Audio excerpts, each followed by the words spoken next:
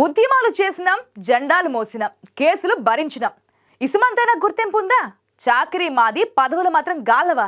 గిదేందిది? దునియాలో ఏడైనా ఉంటుందా ఇలా? మాకు అవకాశం ఇచ్చి చూడండి ఎలా ఉంటుందో సినిమా అంటున్నారు తెలంగాణ ఉద్యమకారులు. బీఆర్ఎస్ అధిష్టానానికి అల్టిమేటం ఇస్తున్న ఉద్యమకారులు అడుగుతున్నదేంది? పెద్ద ఆయన గీసారైనా సక్కంగా ఆలోచిస్తారా?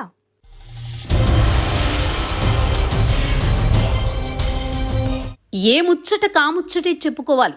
ఎన్ని చేసినాం, ఎంత చేసినాం, గోసపడ్డాం ఈ తెలంగాణ కోసం అంటున్నారు ఉద్యమకారులు. ఎవరని అనుకుంటున్నారా? ఇంకెవరు? తెలంగాణ తెచ్చామని చెప్పుకుంటూ 10 ఏళ్లు పాలించిన బీఆర్ఎస్ అధినేత కేసీఆర్ ను తెలంగాణ వచ్చినాక భోగాలు మాత్రం మరొకరికి కట్టబెడుతున్నారని మండిపడుతున్నారట ఉద్యమకారులు. అన్నా మేమున్నామని ఇప్పటికైనా గుర్తించు అంటున్నారట. అదేదో సినిమాలో డైలాగ్లా రానున్న లోక్సభ ఎన్నికల్లో ఎంపీ టికెట్ ఇచ్చి నిజమైన ఉద్యమకారులను గౌరవించాలని డిమాండ్ చేస్తున్నారు. పైరవీలు మొదలుపెట్టారు.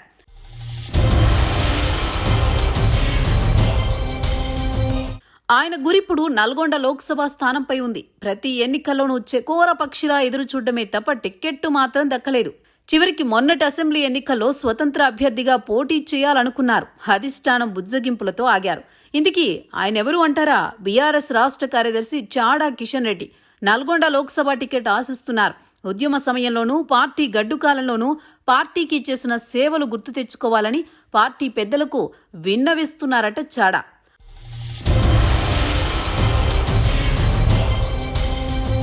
మూడు దశాబ్దాల క్రితం అంటే 2001లో కృష్ణా గోదావరి జలాల సాధన దీక్షలో పార్టీ అధ్యక్షుడు కేసీఆర్కు వెన్నంటి ఉన్న చాడా కిషన్ రెడ్డి ఆ సమయంలోని అధినేతకు దగ్గరయ్యారని అంటారు సీనియర్లు.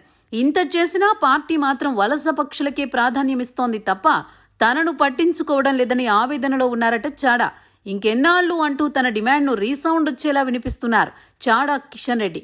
గెలుస్తాం, లేదు ఓడుతాం, గవన్నీ ముచ్చట్లు కాదురా బాయ్, ఉద్యమకారులను గౌరవిస్తూ టికెట్ ఇయ్యాల్సిందే అంటూ కోట్టాటకు దిగేందుకు సైతం వెనకాడనంటున్నారట చాడా.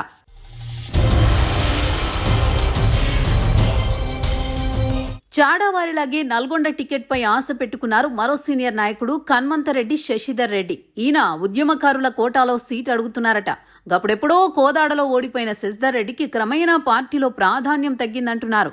శశిధర్ రెడ్డిని కాదని టీడీపీ నుంచి వలస వచ్చిన బొల్లం మల్లయ్యకు టికెట్ ఇచ్చారు కేసీఆర్.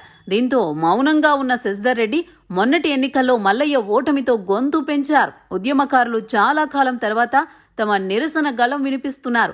టికెట్ ఇవ్వాల్సిందేనని డిమాండ్ చేస్తున్నారు. మరి గులాబీ బాస్ మదిలో ఏముందో ఉద్యమకారులను ఆదరిస్తారో లేదో తేలాలంటే ఆగాల్సిందే.